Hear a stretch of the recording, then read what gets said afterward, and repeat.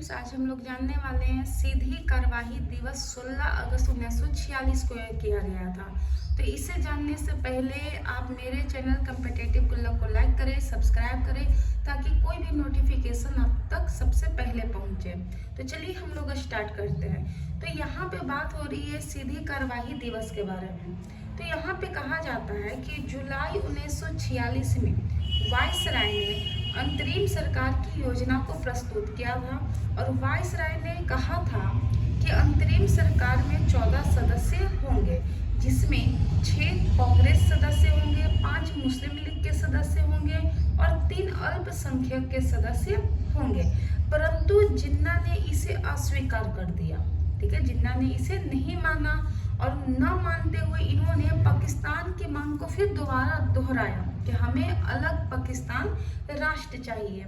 इसी में क्या होता है कि मुस्लिम लीग यानी वास्तव में जो मुस्लिम लीग है संविधान सभा का चुनाव में जो कांग्रेस की सफलता हुई थी उससे वो भड़क गए थे। यानी कि आप कह सकते हैं कि वास्तव में जो संविधान सभा में कांग्रेस जो विजय हुआ तो उससे मुस्लिम लीग भड़क गए और 16 अगस्त 1946 में जिन्ना ने सीधी कार्यवाही दिवस की घोषणा कर दी, जिसके पश्चात हिंदू मुसलमान के बीच भयंकर दंगे शुरू हो गए। और इस दंगे में कहा जाता है कि अमेरिकी रिपोर्टर के अनुसार, ठीक है, किनके द्वारा, तो अमेरिकी रिपोर्टर के अनुसार कहा जाता है, यह मैं लिख देती हूँ, अमेरिकी रिपोर्टर, ठीक है। तो अमेरिकी रिपोर्टर के अनुसार कहा जाता है कि हिंदू मुसलमान के बीच जो भयंकर दंगे हुए तो इस दंगे में 10 लाख से भी ज़्यादा लोग मरे होंगे। ठीक है, और यह जो दंगा हुआ था इसके प्रमुख केंद्र रहे हैं जैसे कलकत्ता, नौ आरबी, ठीक है। तो ये कहाँ है, तो बंगाल में है, बिहार हो गया, गुजरात हो गया, पंजाब हो गया, तो ये सब प्रमुख केंद्र थे।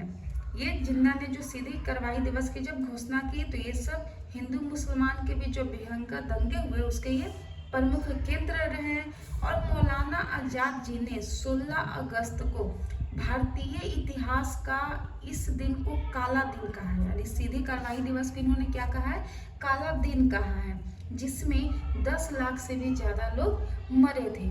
आप इस तरीके से देख सकते हैं कि जिन्ना ने क्या कर दिया था।